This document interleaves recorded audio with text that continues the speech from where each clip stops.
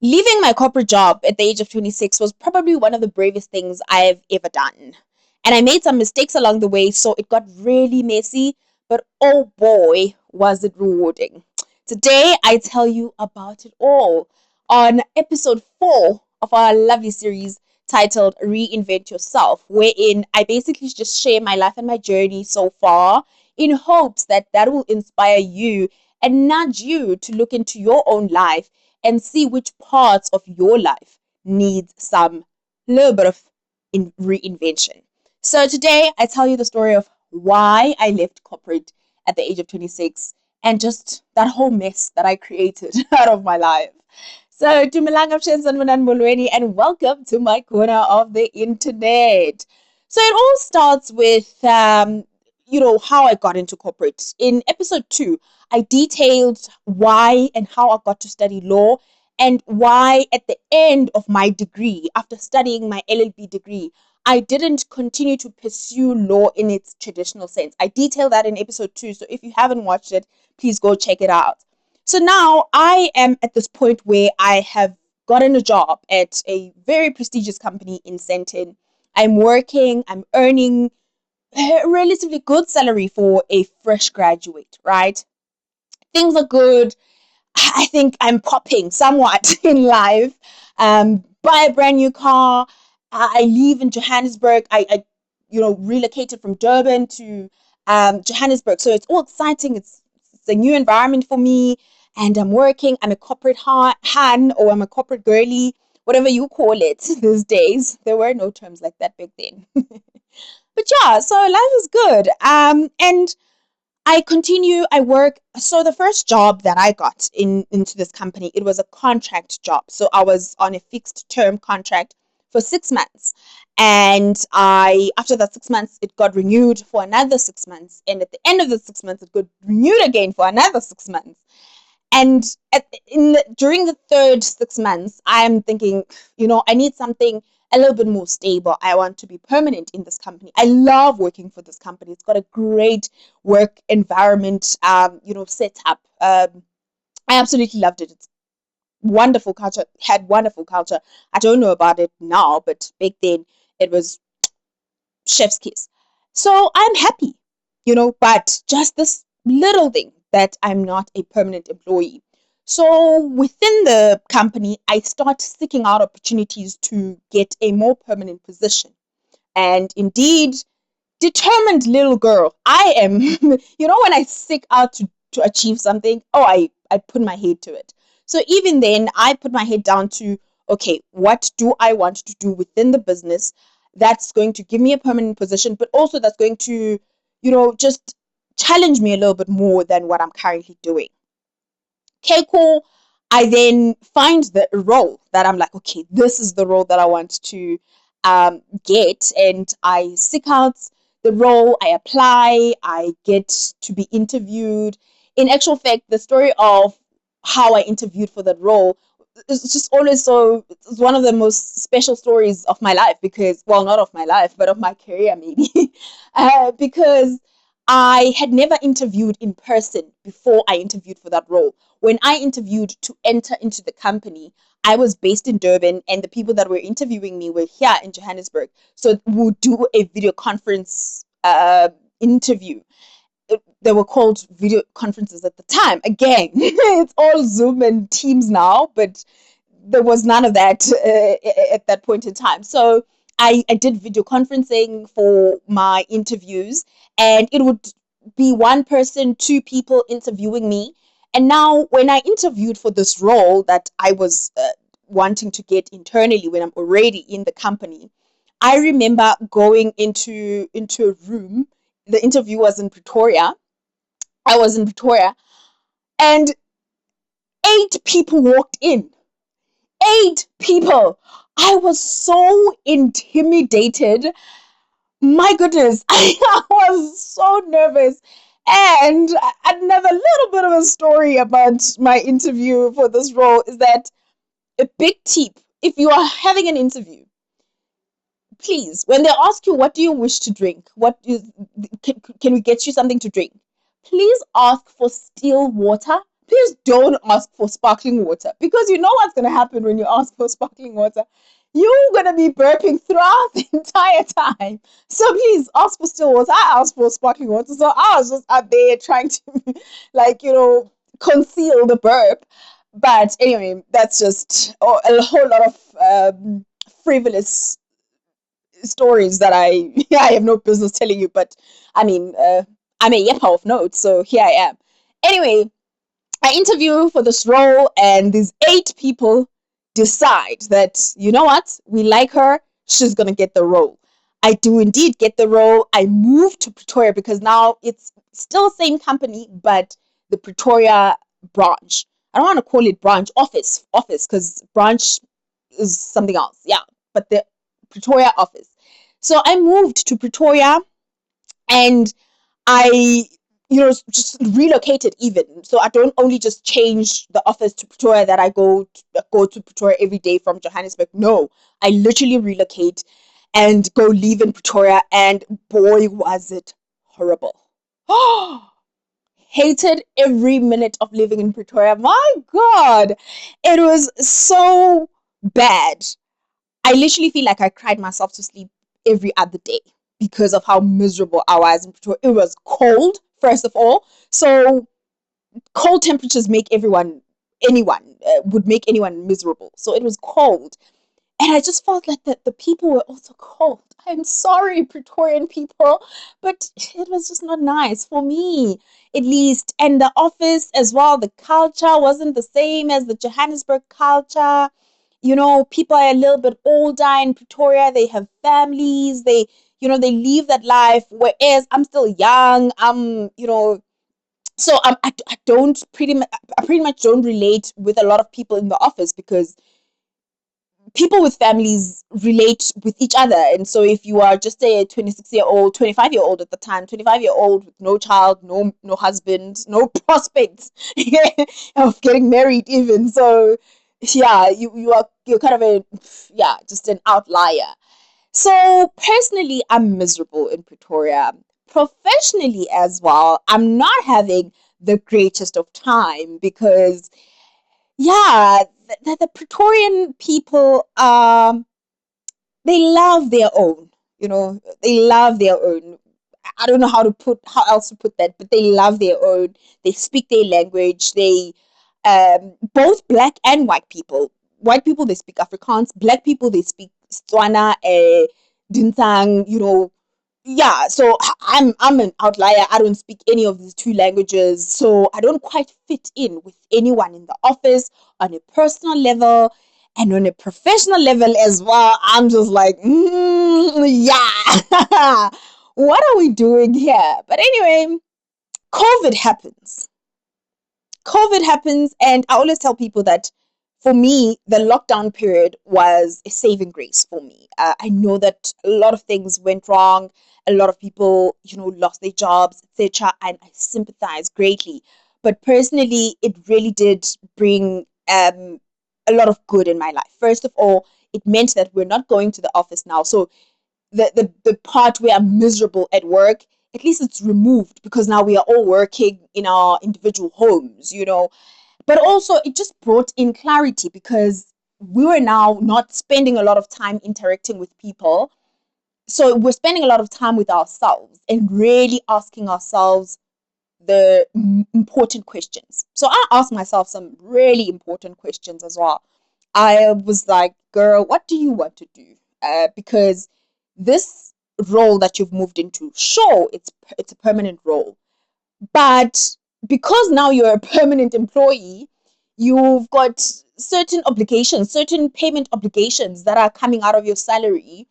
So now your salary actually feels like it's even less than when you were a contractor. So you're not earning a salary that you were really happy with. And also, you don't feel quite challenged with the role that you're doing. You feel like, it doesn't stimulate you intellectually as much as you would want to be stimulated. So, what do you want to do? And the growth projection as well, when you're trying to look from where you are, trying to look at a linear projection of growth, you don't see it, because in the role that I was in, it was you would become another role, and then become a team lead. That was the linear growth projection. And I was like, I don't want to be this role that's just above mine. And I don't want to ever be a team lead or in this setup anyway as well. So why am I doing this role? Because I think at the time I still am very uh, intentional about what do I do with my time and what do I do to get me to where I want to be. So I asked myself those questions during COVID. And yeah, I came to a defining answer and a defining moment in my life that said, maybe you should go back to finish what you started with law. That's how it came to me. It was, you need to go finish what you started with your law degree. You need to become a subject matter expert in your field. And then you can sort of map out the growth projection from that point onwards. And becoming a subject matter expert in law, in my mind anyway, required and meant that I needed to have the most basic requirement of being an attorney, an admitted attorney. So I needed to just get that admission, and then from then on think, okay, so where to from now? Remember, when I left my degree, when I completed my degree, I had sworn off ever getting admitted as an attorney. I said, I will never get admitted as an attorney. I do not want to get admitted as an attorney. It's not my portion. But now I have to eat a very big humble pie and think, okay, maybe I need to go do that. I need to circle back, go finish off what I started, become an admitted attorney, then see my life going forward from that point onwards. And I reached out to a friend, actually shout out to my friend, Akoli Mukabazela, Siyabonga Mkhize, actually recently got admitted as an attorney himself. And I reached out to him and I told him this, we talk a lot. And I remember the advice he said to me, the advice he gave me. He said, okay, friend, you seem to have a clear mind. Act with no delay. I every time I think of that, I'm like, gosh, that was good advice. He said, act with no delay.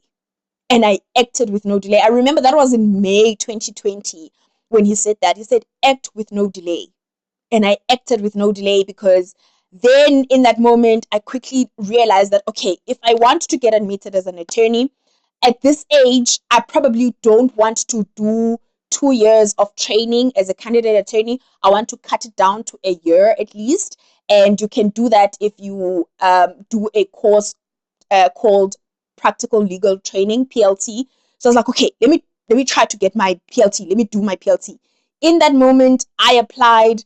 I got into the UP offering. I then asked for the company to pay for me, and thank God they were like, okay, cool. So I enrolled for PLT. I started attending classes. The course is a 6-month course. So I started in June to December. And so this time I'm attending these classes. I'm writing tests, and I'm applying myself. I can see the end goal. The end goal is me getting admitted as an attorney of the High Court and having a lot more options. So I'm interviewing, I'm getting a couple of interviews with law firms, but it seems to be a bit tricky to close a deal with these law firms.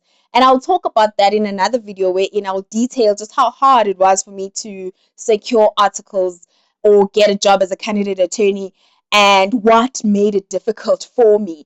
But I'll tell you now that one of the points of contention I had with my interviewers was regarding radio. So the general rule when you're a candidate attorney is that you shouldn't be committed anywhere else. You should just be a candidate attorney. But the lawyer that I am knew even at the time that for every general rule, there is an exception. So I was saying to them, no, I can't leave radio. I've worked so hard. So that would make them feel like I wasn't serious, and I wasn't serious about this journey of articles, and they would just be like, okay, cool, girl. No, no, we can't take you on. Anyway, so in December 2020, After interviewing with a couple of law firms and not securing a job, I decide that it is a very bright idea for me to resign from my current job. I haven't secured a job, but I want to resign from my current one. That was, yeah, that was lame. That was not smart at all. But anyway, I think that everything happens for a reason. I look back to my life now. There are a lot of lessons that I got from that experience because, spoiler alert, I spent the following year, 2021, the whole of 2021, unemployed in Johannesburg. And it was tough. It was, yeah, it was messy. I was still paying for my car at that time. I'm renting. But my reasoning, as dumb as that decision was, my reasoning was that I didn't want to be trapped by the system. I thought that the company that I worked for was a good company, and there were good people around me. I had an amazing, team lead, and some of my colleagues were great, really. But a part of me just thought that this goodness around me, the company being good, it having a good culture, and me having some good colleagues would trap me to stay in this company for long, to a point where I forget the dream of wanting to get admitted as an attorney.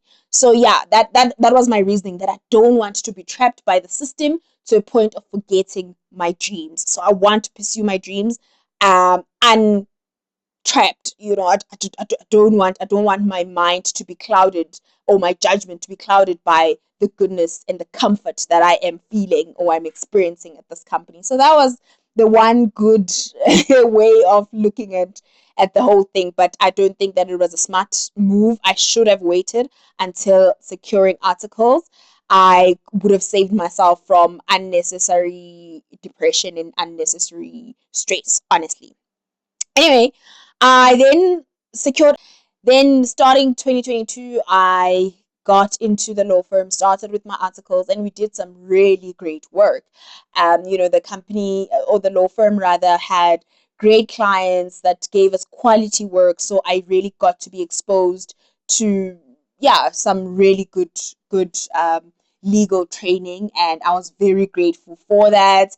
I did quite well as well. I have lots of screenshots to this day of my seniors who would just always just talk about how well I was doing, how minimal supervision I needed for things that they were tasking me to do. When they gave me a task, I would apply myself, I'd apply my mind, and I would bring it to them to say, okay, is this what you wanted? And they were like, exactly, actually, this is exactly what I wanted.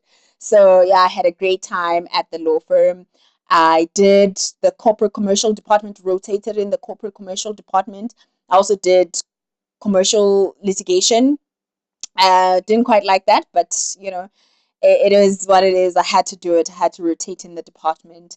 And then at the end of that, I then went back to corporate SA, now as an admitted legal practitioner. I had gotten admitted on the 1st of September 2023 in the High Court of South Africa, Gauteng Division, Johannesburg. So I am an admitted attorney of the High Court as we speak now, and it's all thanks to that brave decision that I made to leave corporate South Africa, for a future that was brighter, or tomorrow. At the time, I would say I wanted tomorrow that is better than today. So yeah, if we're taking anything out of the story today, let it be that when we journey towards our destinies, we make some mistakes, but God's grace and God's faithfulness contains even those mistakes. It can contain even the most grievous of our mistakes. So God's grace contained my mistake as well. To now, when I look back, it doesn't affect me as much. But yeah, as I said, that I shouldn't have done it. And yeah, I had to take the knock. I had to learn the lessons, and I had to understand that even when we make mistakes, God's grace will contain us, because it contained me at the time, still continues to contain me today, and it will continue to contain me even tomorrow and many, many, many days to come. So, yeah, with that being said, we'll wrap it up, ladies and gentlemen. Thank you so much for watching, and please do not forget to like, subscribe, comment, and share this video. Tell me, are you in corporate South Africa? Do you wish to go into corporate South Africa? And just tell me your story relating to today's conversation. And I'll see you in the next one on episode 5 of Reinvent Yourself right here on In Conversation with Boni Somoto.